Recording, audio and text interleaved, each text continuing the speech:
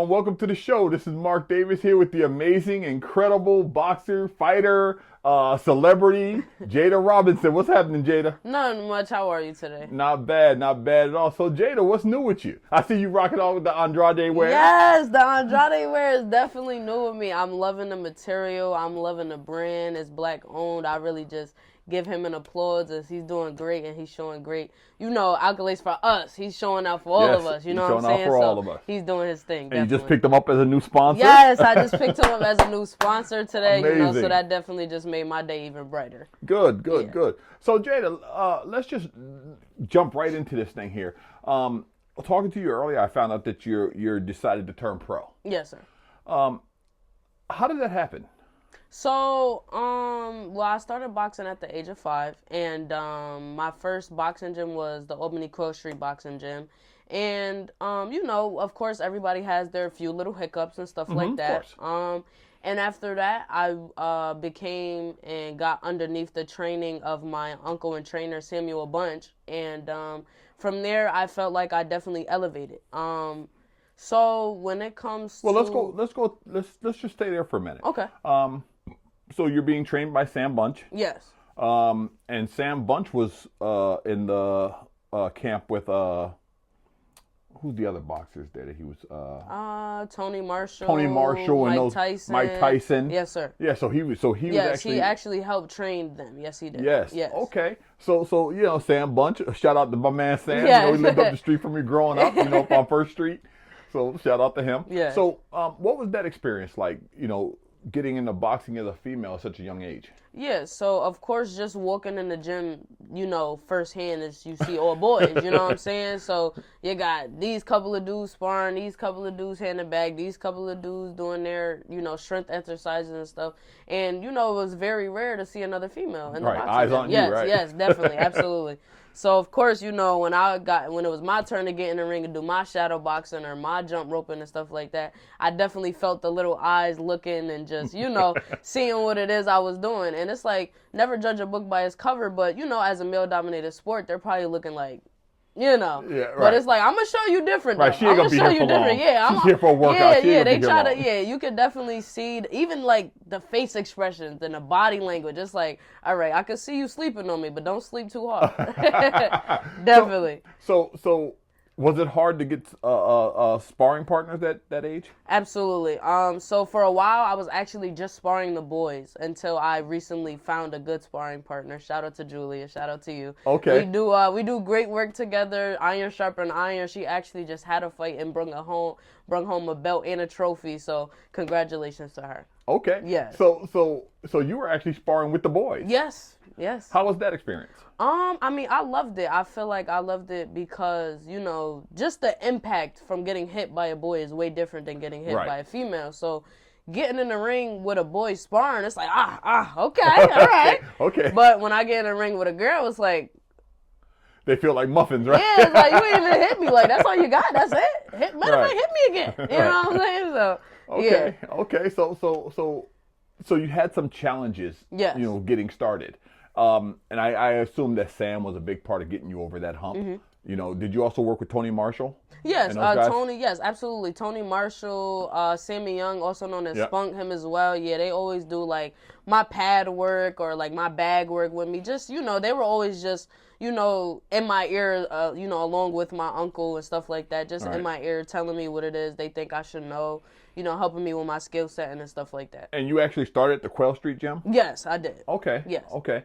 And you quickly elevated, though. Yes. To that, you were, basically holding down the 518 at one time, in the boxing scene. It's like, it was Jadah. Yes, absolutely. Jadah. How is that in a male-dominated gym? Mm-hmm. When you're coming back home with belts and medals and nobody else is. Yes. How did you feel? Well, honestly speaking, I definitely felt the support from the people that had genuine support, but I also felt the jealousy from others that's like, well, how that girl get that? You know what I'm saying? Right. Like, you could definitely see, like, the secret animosity. You could see the jealousy, but it's like, I would never feel that way towards anybody. We all do this sport together. It's a hard sport for all of us. You know Right. what I'm saying? Even though it is male dominated, they might like, people might like watching the males fight more than the females, but we all put in as much as hard work as we can. You know what I'm saying? So well, I kind of think that, in my opinion, yes. female boxing is also waiting for that bang, for that charismatic character to come along, to elevate it. I mean, it's like women's basketball. Caitlin Clark has just elevated the game. Yes, Angel Reese as well. Yeah, Angel Reese, Caitlin Clark. That rival. I shouldn't say Caitlin Clark. That rivalry has elevated. The women's basketball league, and so all of a sudden, I find myself watching women's basketball. Right, exactly, yes. So I think boxing's waiting for that same thing, that same charismatic rivalry or something like that to elevate it. You're too young to remember this, but the NBA was having a hard time. Just about to die almost. I mean, you couldn't even see the NBA Finals on TV. You had to see it on tape delay. And Magic and Bird, the rivalry. Yes. That rivalry elevated it. And I hate to put it in terms of black and white, but it's also... that's a dynamic that plays into it. So I think boxing, females boxing is waiting for that same kind of thing to happen. So you're coming home with the medals and a little animosity there. How do you deal with that? I mean, I'm the type of person, I really just shadow it out. I'm not a person for drama. I'm not a person to sit and argue and go back and forth with you on why you don't like me or why you don't like what I do. You know what I'm saying? I don't even give people the time and day, you know what I'm saying? My mind really stays focused on trying to train and be the best I can be. So I don't even give myself time to be like, well, let me go text this person or go sit down with this person and ask them why they feel the way. I never give myself time. It's like, that's how they gonna feel. That's okay, because somebody somewhere else feel the same exact way. So, you know what I'm saying? So you're kind of built for the shade. Yeah. I don't... I push it away just like that. Now, it's part of that because of your upbringing. I know your mother. Your mother was, and it's funny because, I knew your mom before you knew your mom. and quiet as it's kept, your mom had hands. Yeah. Everybody that know her tell me that too. Your mom had hands, so I think that's where you get it from. Because your mom had hands. So. Do you think that you were raised to be able to deal with stuff like this, the shade, this kind of dismissal? Well, absolutely. My mom, Queen Sheba, who's also my manager, who's also managing my boxing career. Shout out to her. Yes, absolutely. My mom is a single mother. She's been doing everything by herself, from buying our tickets to make sure I get to every fight to making sure, no matter what the price was, I stay in the top of the top hotels. So yes, absolutely. There's always, and even now before my interview, she talks to me before my fights. She talks to me, so she definitely has embedded in my mind that there's way more important things to worry about than what somebody has to say about you. Okay, so it sounds like you're built for this shit. Yeah, absolutely. Now, so you're going up through, you ascend to the Junior Olympics. Yes. You bring home gold. What was that like? Because now this is not just a competition thing here or there. This is a national thing, and you bring home gold. What was that like? Well, it was definitely an experience. It was definitely a time. Shout out to Mozzie and Ty. Ty was in my corner for my Junior Olympic, where I won my gold medal, actually, because my uncle couldn't make it at the time. And he did great, and we did great. You know what I'm saying? He told me what I needed to hear. He made sure, and it's like, he knows my trainer and my uncle, so it's like he kind of put on his C face and was like, yo, like, you know what I'm saying? So he was definitely, doing his thing, and it was a very fun experience though, because around that time I was going through a little bit of an uncomfortable situation. And so just getting in the ring, even with my uncomfortability, just, being able to do that, it taught me it's okay to be uncomfortable. You know what I'm saying? Getting too comfortable gets you places you ain't supposed to be. You know what I'm saying? So just learning that it's okay to be uncomfortable and not always comfortable was definitely also another learning experience. But just winning this, getting in the ring, having, mind you, when we're at those tournaments, there's 4 rings. So you got 3 other rings going. You got 3 other bells you're hearing. Yeah. You don't know if it's your bell, the ring next to you. You know what I'm saying? So it's a lot of things I had to learn and develop. Learning how to not hear the crowd and just hear my coach, just stuff like that. So, yeah, but it was definitely a fun experience. I call that listening through the noise. Yes, listening through the noise, definitely, yes. So, it's funny you say, I played basketball. I played Division II basketball. And we were a nationally ranked Division II team, and we played in some wild places. Yes. But for whatever reason, you can hear your coach as clear as day. Yeah, it's kind of scary. It's kind of scary, right? Do I got headphones on? Yeah, is he in my brain, or because you can listen through the noise? That's really an amazing trait. Now, where did the focus come from? Because boxing is I'd like to say, maybe I'm wrong, but I think it's probably about 70% mental. Mm-hmm. Where does that focus come from? Well, I started boxing when I was 5. And, even me, when I train children, I try to get them around the same ages, 5 to 7, because the attention span and the attention capacity, that's really when it starts. They're getting older, they're developing everything, you know what I'm saying? So just starting at that young age, I feel like the discipline from there and even till now is what's really helped me, because it's like I'm in the gym at 5 years old. I got to go to the gym every day. You know what I'm saying? Like, yeah, you got to go to the gym every day, Jadah. You do. And, in the gym, they have rules and regulations, and they have things that they're going to have you do today, things they're going to have you do after that, the next day. You know what I'm saying? So just being that young and having to follow those rules, follow the directions, get in the ring, learn to hit and not be hit. You know what I'm saying? So, yeah, it definitely comes slowly but surely. You know what I'm saying? Because there is days I was like, yo, I'm only 5. You know what I'm saying? But, back off but as I gotten older, it's like, oh, yeah, like I definitely see why I was in the gym so much, why they were pushing me so hard, why I started so young, because the development matters. A lot of people can sit here and tell you, I started boxing when I was 12. And, you was older already, you know what I'm saying? But I started when I was, growing my teeth still and gaining my height and all that, you know what I'm saying? So I definitely think it's definitely a focus thing, but it develops to me. You're moving along, you're getting serious about this. Yes. Getting serious about this. How does that impact a teenager? I mean, your life. I mean, your training and you're eating right. You got to make weight. And these are complicated things for, 13, 14-year-olds. Yes. So, I'm going to talk about the eating first because I love food. So, just the eating part of it by itself was just, what? What you mean I got to go from meat to salad? I don't want to do that, you know, but like I said, once again, it all developed, and it is a mental thing. At that point, it's like you just got to be hungry. At that point, you got to be ready not to eat anything at a certain time. You know what I'm saying? Now, but how does a 13 or 14-year-old wrap their head around that? I mean, that's... Honestly, I don't know. Probably, I would mostly say the people around you. Okay. You know what I'm saying? Like, my mom, my trainer, like, they would, stop. They'll cut back on their eating, too. Or if they want to eat, they'll go in a separate room or something. You know what I'm saying? So... but my mom, like, when I cut weight, my mom cuts weight with me. Okay. So, like, when I'm on my laxatives or my, I'm on my salad diets and stuff like that, my green diets, my mom will hop on the bandwagon with me. And it also helps her as well. So, it's like anybody that even, does it with me or follow suit, I should say, it's helping all of us at the end of the day. So, yeah, I would definitely say the people around you. Okay. Yeah. Okay. So I got you. So, around 12, 13 years old, you meet Roy Jones Jr. Yes. How does that happen?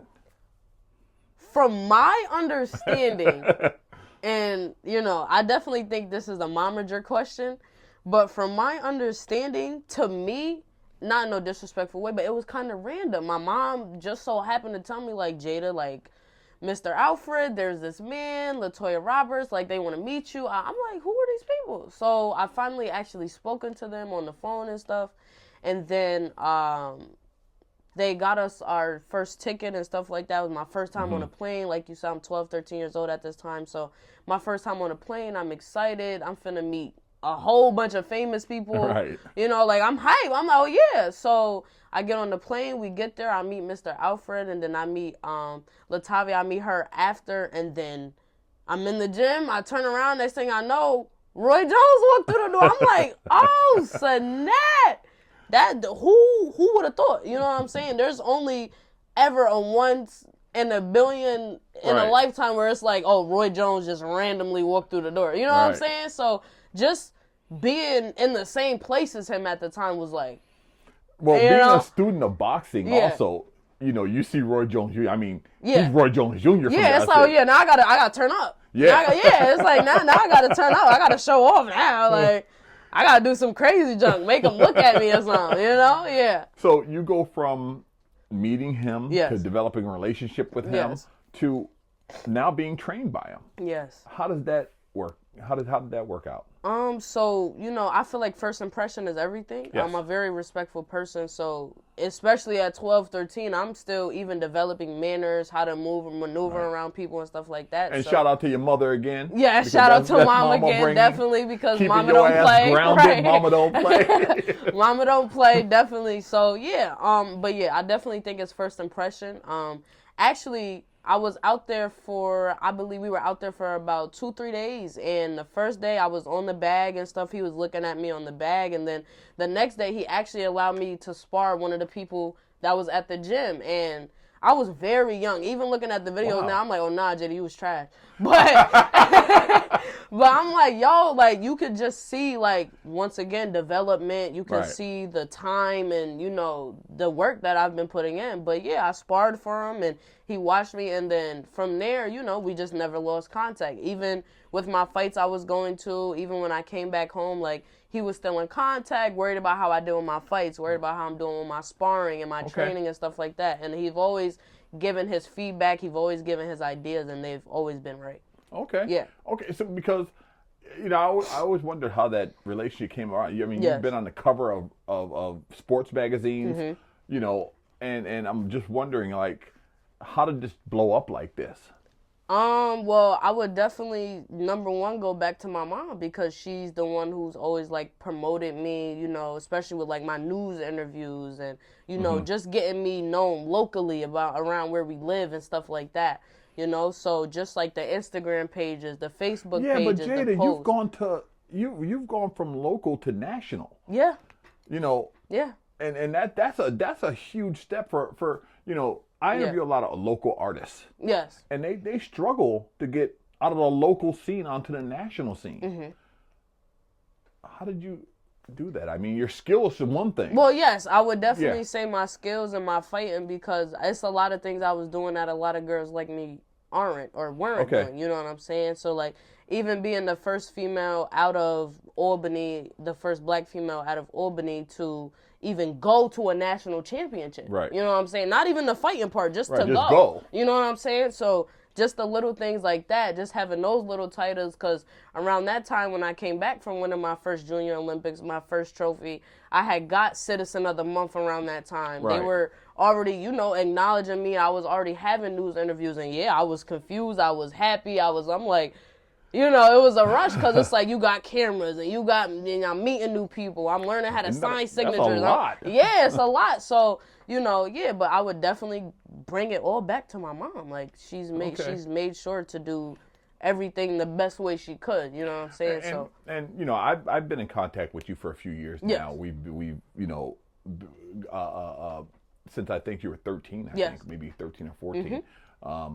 And I always bring it back to mom, because, you know, you're humble. Yes. You're you know, even though you're a boxer, you got to know I'm a badass. Right. You know, you don't show that. Right. Somehow you keep that under wraps. But when you get in the ring, you're an animal. But again, it's like I shout out mom for that, because that's a tough balance to, especially with somebody that popularity is growing and growing. You know, keeping them grounded. That's a tough job. Yeah. So now you're being trained by Roy Jones. So you know, you're training in Pensacola? Yes, Pensacola, Florida is actually where Roy Jones is from.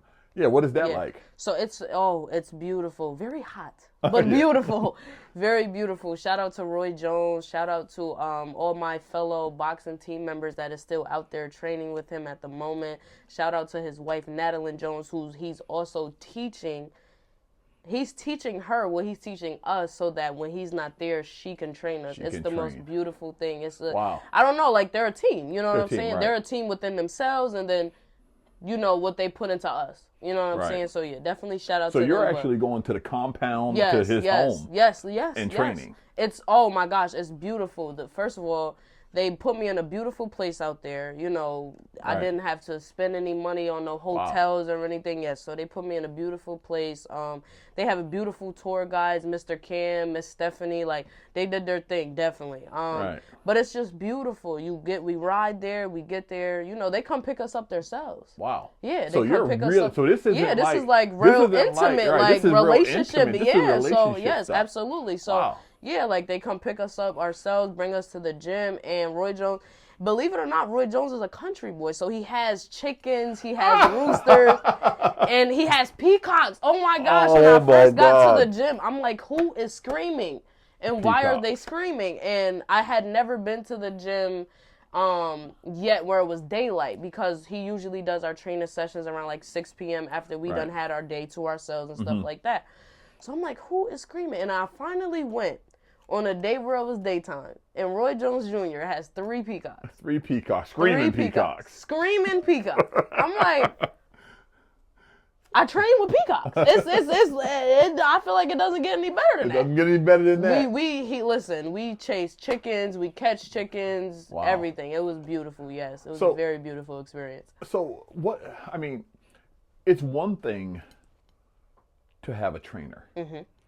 It's another thing to have a trainer that's a boxing legend. Yes. How does that work? Is that scary sometimes? Is that because he's got to be a wealth of knowledge. Right. But yes. I mean, absolutely. At the end of the day, he's probably when you're talking about the best 10 or 15 boxers of all time. Right. Roy Jones Jr. is in that crowd. He's He's that guy. Mm-hmm. I mean, what is that like to walk and sit and eat dinner and talk and train and learn from someone like that? Sometimes I don't be feeling like it's real, because like he doesn't carry himself as who he is, meaning he's legendary, he's this big boxer that we know, but he looks past that. Like, really? and it shows, like, even like they're like just being there playing pool, conversating towards everybody, like, it was this one thing that my teammate was telling me at one point in time where Roy Jones Jr. was hiding and he jumped out and scared him.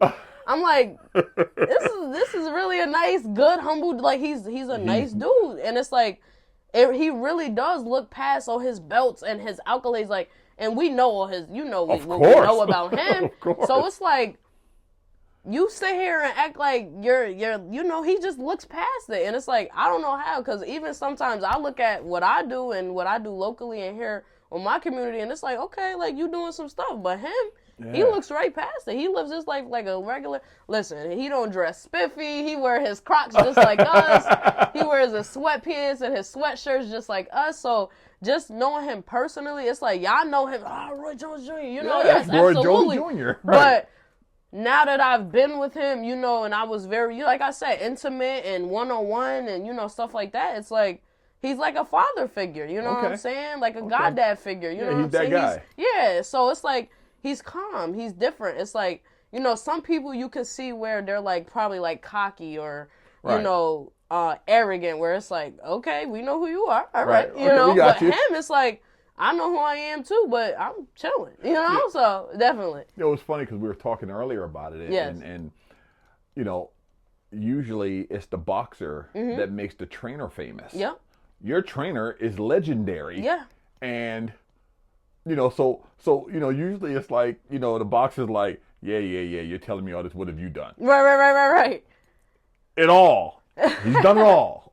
He's done it all, definitely, yeah. So, I never question anything he tells me. There's but if I don't understand something, like, he's definitely good with breaking things down, explaining it another time, showing us another time. Like, he doesn't mind. Now, he's definitely a person for numbers. I'm going to show you this about 3 times. If you don't get this on the 3rd time, I know something. Right. You know what I'm saying? But he's definitely a person that acknowledges your efforts. So, like, when I was down there just learning his techniques and things like that, he's like, you're a really fast learner, and I appreciate it. I can see that, you're down here and you're ready to work. And I'm like, absolutely. Okay. So the decision to go pro, was that partially because you had a gold medal in the Junior Olympics and that you were, didn't want to wait until the trials are next? The trials are actually happening already, right? For the trials? Yes. And the Olympics are next year. So you didn't want to wait, you wanted to go pro? So, well, I've always knew I wanted to go pro from younger. When I started boxing, I've always knew that's something I wanted to do. COVID-19 is what really messed up our time for the Olympics, because I was supposed to go to the 2023 Olympics. And you know what I'm saying? So there was just so much. Once COVID hit, everything stopped, even our tournaments. The last tournament was when I won this. After this tournament in 2019, after this tournament, that was it. There was no more tournaments. Everybody had to stay in the house, no more going to the gym. So it was like, wait. Everything, it was literally like everything was going and somebody just hit pause. You know what I'm saying? So from there, and it's not, I don't really look at it as like, not wanting to wait or anything. It's just like, yes, that is a great opportunity, but I was going to take that opportunity because it was at hand. Okay. You know what I'm saying? So you're just capitalizing on what's yes, in front I was, of you. Yes, absolutely. Gotcha. And I was also looking at people like, Clarissa Shields, Shakur Stevenson, who actually went to the Olympics and came back with a medal and stuff like that. You know what I'm saying? But, I also think I could go a different route. Okay, I like that. So do you have a timetable for your first pro fight? We're working on it. You know what I'm saying? Sometimes a lot of that information we try to, keep from the people until we have specific, dates and stuff like that. So yeah, we're working on it. Well, I just want to tell you something. You better bring a pro fight to the 518. I don't care when it is, but you better bring a pro fight to the 518. I got you. So let Roy know. Yeah, I got you. We're gonna work on it. I got you. To bring something home for us. Yes, definitely. Okay, and so. What else do you find time to do? What does Jadah like to do? Because it's like this seems like it consumes your life. Yeah. Does it? Yeah. So, well, my mom has always done great with like trying to keep me in the public. Like most of the boxers I know get homeschooled or you know what I'm saying, because of all the traveling and tournaments we have to go to. But my mom kept me in public school, like. Yeah, go to school, get on the bus. Okay. Get friends. You know what I'm saying? Like, So you feel like you're still connected. Yeah. So, of course, there's a lot of times when my friends is like, you going where? You doing what? And I'm like, I'll be back. I'm missing school for about a week and a half. Right. But I'll be back. See you when I get back, Right. And so, even to go back to 2019 and COVID, when we went hybrid, and that was what? I had 2 more years in high school when COVID came. I had 11th and 12th grade. Right. So when we became hybrid, it wasn't really new for me. I was already hybrid because I had to bring my computer when I went to my tournaments. I had to do my work on the computer already. So even when COVID came, I'm like, it's not really new to me. So, I was already doing that. So, yeah, so I just really look at it as like a balance. My mom has definitely kept me balanced. Like, look, I got you. Even now that I'm out of school and I've graduated, class of 2023. Now that I'm out of school, and thank you. Now that I'm out of school and I've graduated, I definitely like getting things done early. Okay. Mom, when we working out? 10:30? Let's do it. Because now I got my whole day to myself, Right. And I actually work at a school now. I work at Troy Community School. Okay. And, just being back in a school building, just being older now, in a different position, not a student, not a teacher either. I'm a hall monitor.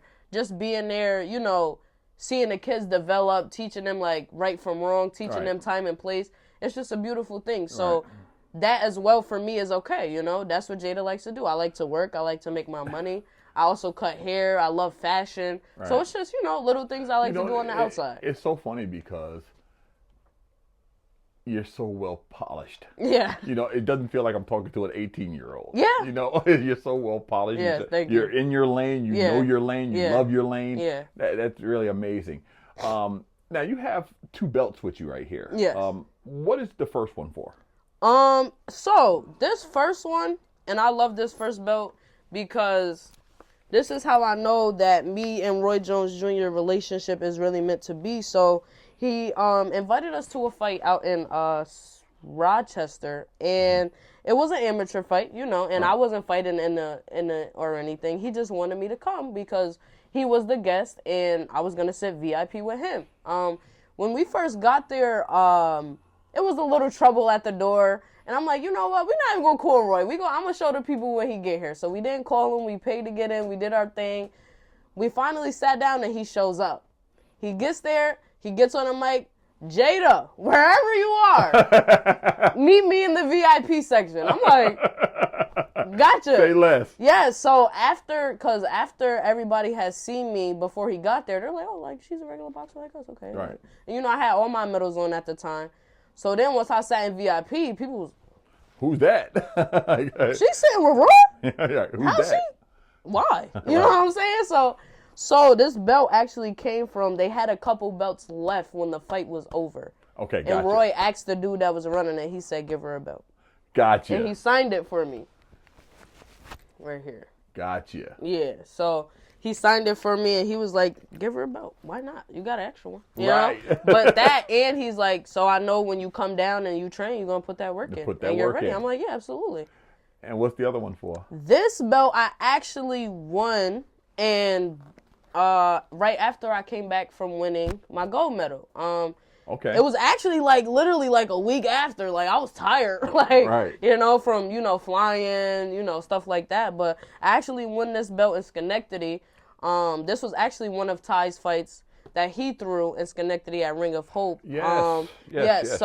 Yeah, that was definitely a dope experience as well. And, you know, the officials and the trainers, they loved me. They were like, hey, you feel like fighting?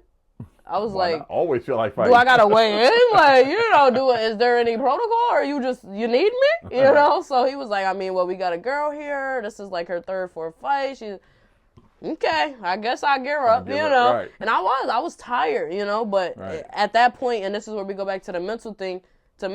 Like, get in the ring and you gotta fight. Get in the ring and fight. You know what I'm saying? Even though you weren't physically prepared. Yeah. You're always mentally and that prepared. was one of those fights where it was definitely like we went toe to toe. It was a beautiful fight. But, you know, I definitely feel like you can feel when you're doing just a little bit more than the other person. You know what I'm saying? So yeah, I got in there, we went toe to toe. But I'm like, you just bring the gold medal back. How you gonna look bringing the gold medal back and then losing this fight, right? So your mental took over. Yeah, so it's we got to turn up. So yeah, I definitely did my thing and I turned up and bring this belt back. So you're also a student of boxing. You love boxing. You watch boxing. Yes. I'm gonna throw some names out there to you. You tell me what you think of them. Absolutely. Julio Cesar Chavez. I think he's a good boxer. I think so. I think he's a good boxer. But not the greatest? Not one of the greatest? Not in my list. Okay. Well, you know he's before your time, so I got that. Yeah. Okay. Not in my list. Clarissa Shields. Clarissa, yes, definitely. The GWOAT, that's what she calls her. The GWOAT. Greatest woman of all time, you know? So you got GOAT and we got GWOAT, you know what I'm saying? And I'm definitely trying to be one of the GWOATs. But Clarissa, she definitely did her thing, you know, going back to her Olympic wins. Yes, she fought in the Olympics. And she went pro. She had a very rough coming up, you know what I'm saying? Yeah. And just seeing her then and then today, it's a beautiful thing, absolutely. Okay. The Charlo brothers. Ooh! Don't hold back. I love the Charlo brothers. Okay. I do. I love them. I don't know. I kind of want to see them in a ring with each other. Okay. I do. Okay. Just why not? You know what I'm saying? Okay. Because I feel like even with training with a sibling or anything, it's like, I don't know. I don't care what my brother say. I'm a little bit better than you. You know what I'm saying? So I don't know. I feel like that would be, you know, why not? You know, I would definitely see that and watch that. But I definitely do love them as boxers. One of the brothers just faced off against Canelo. Yes. Didn't go so well. Did you see that coming? Yeah. Yeah. I'm gonna say I seen it coming. I personally think Canelo would have had a little bit of a better fight with the other brother. Okay. Yeah, that's how I feel. But I definitely think it was a good fight. I was definitely rooting for Canelo. Should have bet on that fight. No, I was just playing. But no, definitely. I feel like even with like the stare-offs and the the weigh-ins and stuff like that, I know that if it was me, like I don't talk junk. I don't really try to talk junk or judge a book by its cover. You shouldn't sleep on anybody. You know what I'm saying? So, you know, if you notice, like, Canelo does very little talking, you know what I'm saying? And he know very little English, so he definitely don't care what you got to say. He kind of reminds me of Mike Tyson when younger. He was kind of bored with the whole thing. Let's just fight. Yeah, let's just fight. You know what I'm saying? So, but, you know, the brother, he... Yeah. Oh, yeah. Oh, it's God, up. yeah. He's like, what? Canelo? Bud and Crawford. Then it was like... Yeah. When you felt that power, it was different. Excuse me. But it's like, now, times like that, that's what you got to ask him, like, do you regret what you said? Well,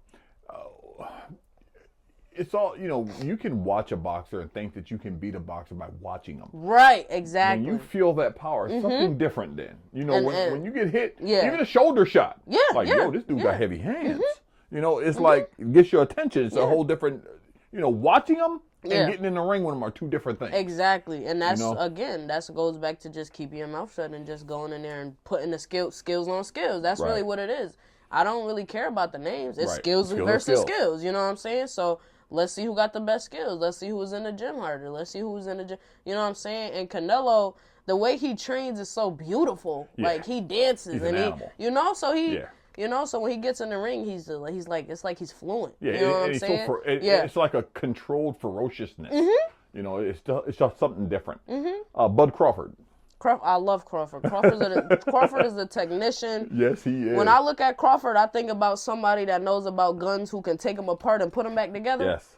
That's what I feel about Crawford. He gonna take you apart, put you back together, knock you out, get you up, and knock you back down again. You know what I'm saying? Yep. So I definitely look at Crawford like he's a technician. He's a robot. Well, you know, there's been some talk about him maybe getting into the ring with Alvarez.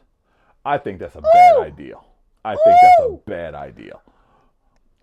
And the reason why I think it's a bad idea is even though I think Crawford is a technician. Yes. A weight difference like that is something different. And that's the thing. People sleep on the whole weight part, and they shouldn't, because it does. When you lose weight, it drains you. It does. You takes know your what I'm power saying? away. Yeah, it does. And depending on how you do it, depending on who you have in your corner, depending on what you go through at home, because that's another mental thing. It's like what you go through at home, then you got to go to the gym, then you got to worry about, you know what I'm saying? Right. And Crawford, he has kids. He has a wife. You know what I'm saying? So he has other things on his plate, and so does Canelo. Right. So it's like, it just depends on, you know what I'm saying? So... Yeah, Crawford and Alvarez. I don't know. I'll probably have to go see that in person. I'll probably have to save up and buy that ticket. But you know, it's some fights that I don't think should be made. Yeah, that's true. And the reason why I don't think that fight should be made is because I really don't think that if Canelo comes down in weight, he's going to be Canelo. And I think if Bud goes up in weight, he's not Bud. You know, these guys are two totally different weight classes. But that's what I'm saying. Why don't we just let them be the champions of their weight classes, and that's it? You know what I'm saying? We keep getting into this thing where we want to see these super Crawford only got a couple more fights in him. Yeah, I'm not saying that meaning like, oh, he's getting old and weary, but I'm saying like he just got a couple fights left in him. I mean, he made his name. He made his money. He's done what he's done. He's done it all. He's made history. He's good. Yes. You know what I'm saying? So, yeah, but... I don't think I would want to see that one. No. I think we should just, leave them where they at. Yeah. What do you think about my man Tank? Tank, I love Tank. I think I'm gonna be a female Tank. Me and him, we about the same size. I actually want to spar him. You know what I'm saying? I think that'd be great. I don't know. I think it would be great work. I really do. Like, I would love to work with him. Definitely. Yeah. We about the same height. About 5'1.5". Yeah. We the shorter bunch of the team. You know what I'm saying? I feel like it would be great. I definitely do want to meet him, though. I do. Yeah, Tank's something different, man. I just watched the Haney and Garcia fight. Ugh. A total mess for Haney. I don't think. I thought that he was ill prepared for the fight. I thought it was a bad idea. Number one, when the guy comes in 3 pounds overweight, because he's going to rehydrate up and be even more bigger when the fight starts. And now there's some talk maybe he was on PEDs. So what do you think of Haney? I think how his career is going right now after that fight is backwards. They gave you the fight against Lomachenko, which even you didn't win. You didn't win that fight. I'm not even gonna sit here and sugarcoat it like, yeah, do you feel you? No, you didn't win, bro. You felt every shot the same way I seen every shot. Yeah. And Lomachenko's he's a mover. So yes. I know you was getting hit and you was like, yo, where he going? How did he hit me? Yeah. So it's not even that. So number one, that was backwards. That was totally wrong. Gotcha. Very backwards. It's no way you got in the ring, it felt like you beat Lomachenko. Yeah. And then get in the ring with Ryan. Ryan is not really one of my favorite fighters. Ryan, well, Tank made quick work of him. This is what I'm saying. Tank showed him what he was. This is what I'm saying. Like, Ryan's never been, like, to me, Ryan's just been a social media head. If I'm going to be honest, you know, with the whole, he's one of the fastest hands. Come on, man. Cool. Now, has he had his drops? How he's dropped people? Has he got dropped in the ring? Absolutely. Yeah. But Ryan's just never been one of my people. You know what I'm saying? But Haney was one of my people. And then when the whole robbery against Lomachenko and all that, you messy. Yeah, you know what I'm saying? And there is politics to boxing. So when you look at it and you know boxing, it's like, bro. Haney had the higher trajectory. They were, trying to. Yeah, they was doing too much with that. You know what I'm saying? But Haney, regarding to the Ryan Garcia fight and him fight, first of all, number one, he was wrong for stepping in the ring with what he had on. Right. Number one, I feel like that's really what did it to you. Shoes were a joke, bro. Your shoes had no ankles. You had socks on. Right. You had socks on with a shoe bottom. Do you think that's because they took Ryan lightly? I think that's because they took Ryan lightly, and because he got all this money, he think he could just throw something on. Okay. I thought that Ryan engaged in psychological warfare before the fight even took place. Mm-hmm. He was showing up. That's drinking, another thing. Yeah, that's another thing. Ryan definitely did get under his skin. He did, like, just the. Yeah, he was acting crazy. I would have been looking at him crazy too, though. I would have been like, yo, bro, you wildin'. He was acting like he was scared of Haney. Yeah. But it was all an act. Yeah. But, he definitely got in his head. Yeah, and what they refer that fight to, and not the people, but just like how it happened, they refer it to Muhammad Ali and Sonny Liston. Right. Muhammad came in like he was tweaking. Tweaking.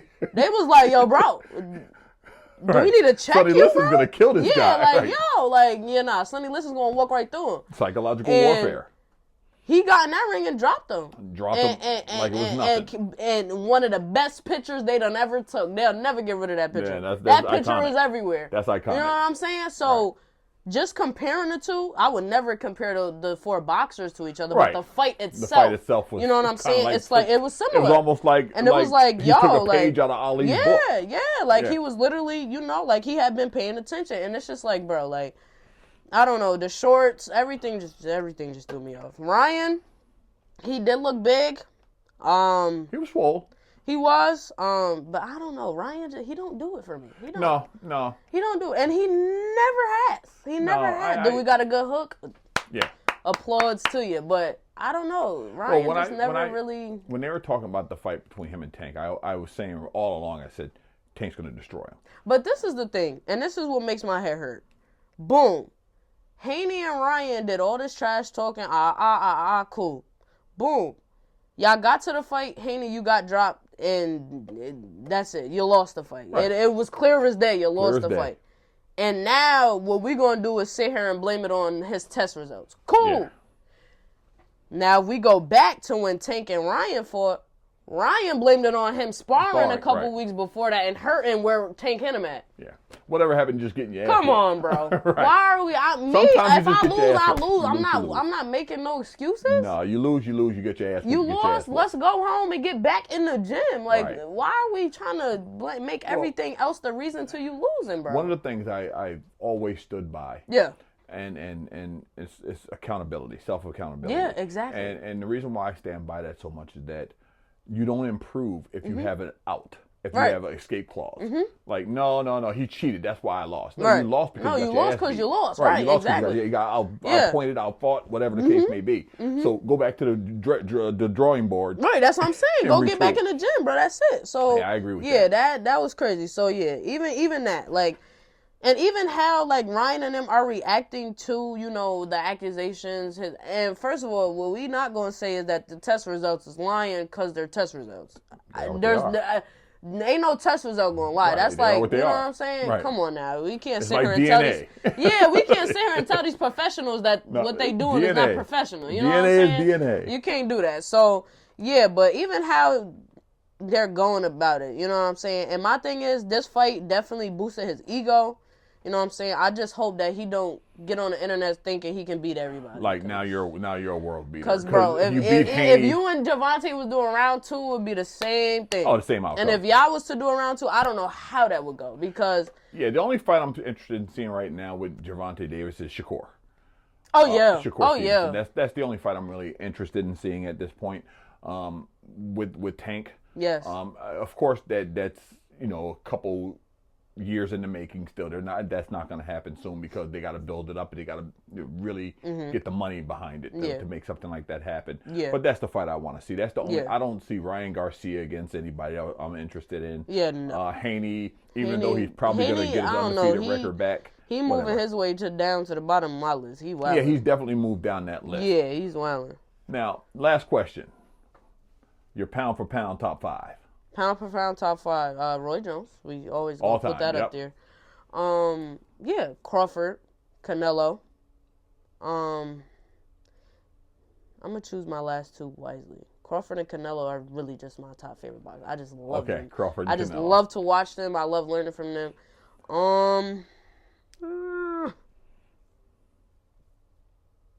Let me see.